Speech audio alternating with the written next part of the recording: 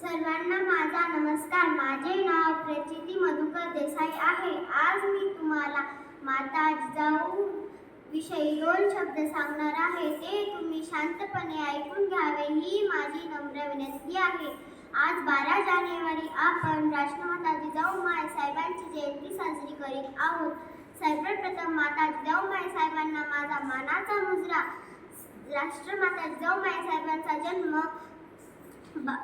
12 जानेवारी 1598 रोजी सिंदखेड राजा इथे झाला. त्यांच्या वडिलांचे नाव लखुजीराव जाधव असे आहे. त्यांच्या आईचे नाव महाळसा राणी असे आहे.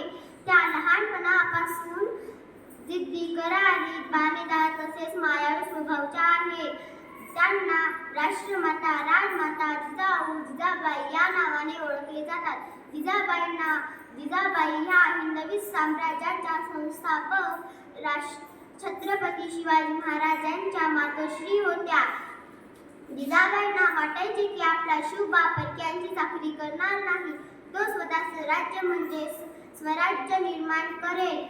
सन 17 जून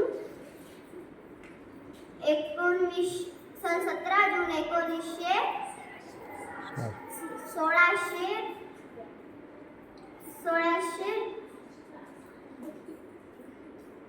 रोजी जिजामातेने अखेरचा श्वास घेतला. जय जिजाऊ जय शिवराय.